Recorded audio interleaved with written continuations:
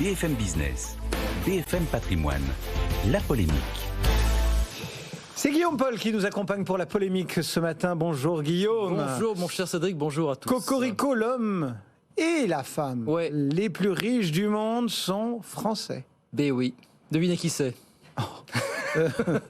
Marie Cœur de Roi et Cédric Lecœur. Au-delà du fait que vous avez mon texte sous les yeux, oui, non, c'est le magazine Forbes là, qui calcule ça en permanence, vous savez, sans arrêt, qui nous dit qu'au moment où nous parlons, effectivement, l'homme le plus riche du monde est un certain Bernard Arnault. Fortune personnelle estimée à 211 milliards de dollars. Là, il est passé devant tout le monde dans l'espace de quelques semaines. Là, Jeff Bezos, Bill Gates, Elon Musk et consorts.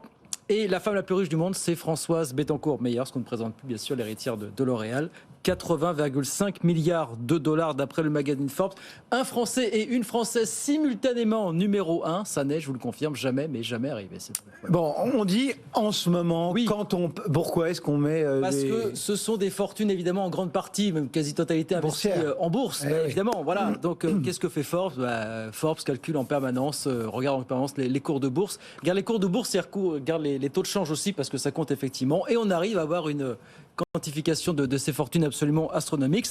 Et qu'est-ce que disent les cours de bourse ? Que le luxe, mais ça on ne le découvre pas, vous en parlez tous les jours ici, c'est vrai que sur BFM Business, évidemment, le luxe, ça continue à très très bien performer, quelle que soit la période, quelle que soit la conjoncture économique internationale. Et on se dit finalement, la crise qu'on traverse inflationniste n'est qu'une parenthèse de l'histoire, parce que l'histoire est écrite sur le long terme. Le luxe, ça marche dans les pays émergents un peu partout. Vous avez des classes émergentes, on le répète assez souvent, qui émergent précisément dans ces pays avec des populations qui veulent consommer tous ces produits de luxe à l'occidental, que ce soit des cosmétiques, des parfums, de la maroquinerie. C'est bon ça, tout ça, c'est bon pour l'emploi notamment. C'est bon pour la France, évidemment, c'est bon pour le savoir-faire français du luxe, c'est bon pour un des secteurs sur lesquels nous avons une véritable valeur ajoutée, à l'instar de l'aéronautique, des spiritueux, tout ce que vous voulez.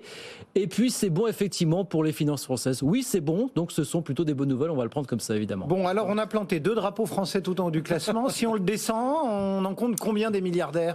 Alors c'est un chiffre que j'ai découvert, moi je l'avais pas en tête, il y a 43 milliardaires en France. Je sais pas, ça vous paraît beaucoup ? On va tous les citer ? Non, pas tous les citer, sinon je grille mon temps de parole. Non. Alors derrière, vous avez d'autres acteurs du luxe, évidemment, les copropriétaires de la marque Chanel. Vous avez évidemment François Pinault, évidemment, dans le luxe. Ce que nous dit Forbes, c'est que la fortune cumulée de ces 43 milliardaires a grappillé plus de 20% en l'espace d'un an. Et une fois que j'ai dit ça, vous vous attendez à ce que dans les prochaines heures... Ça a déjà commencé. On va pas manquer de les entendre. Oui. Faut-il les taxer, c'est ça ? Faut-il taxer tous ceux qui veulent une taxation des milliards ? Une petite taxation, vous avez l'ONG Oxfam, par exemple, qui milite pour une taxation de 2% de la fortune des milliards tous les ans. Et ceux qui veulent les taxer beaucoup plus largement, au motif que ça permettrait de soulager la France de beaucoup de ces mots MAUX pour financer nos déficits, nos systèmes de retraite, financer la transition énergétique. Bon, raisonnement toujours un petit peu simpliste, parce qu'il est bon de rappeler que quand vous êtes dans un pays qui est endetté à hauteur de 3 000 milliards d'euros, finalement, est-ce que c'est la panacée d'aller ratiboiser quelques 43 milliardaires qui créent de la valeur, qui payent des impôts finalement ?